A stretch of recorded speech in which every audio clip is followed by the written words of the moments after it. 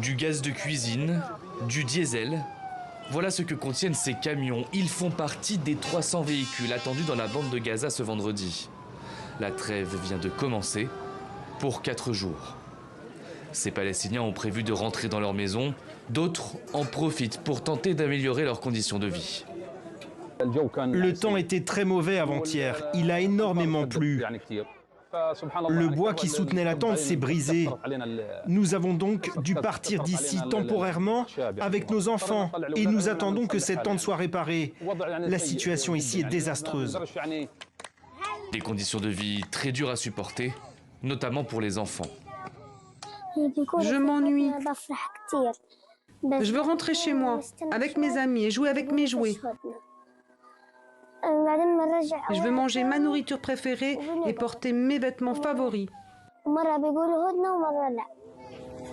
Pour ces Palestiniens dont la vie a basculé le 7 octobre, l'annonce de la trêve de 4 jours a été accueillie avec beaucoup de soulagement. Mais ils le savent, cette pause ne sera que très courte. Ces familles ne veulent pas d'un simple répit. On veut une trêve pour la vie. On veut que nos vies soient comme dans tous les autres pays où nos enfants peuvent jouer normalement et continuer notre vie sans se battre. On veut juste une vie sans guerre. On en a assez de la guerre. On veut vivre. Nos enfants sont fatigués. On veut vivre avec eux sains et saufs. On ne veut pas d'une trêve qui change tous les jours. Une fois pendant 7 heures, puis pendant 4 jours. Non.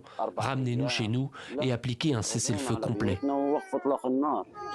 Selon l'ONU, 1,7 des 2,4 millions d'habitants de Gaza ont dû quitter leur logement depuis le début de la guerre.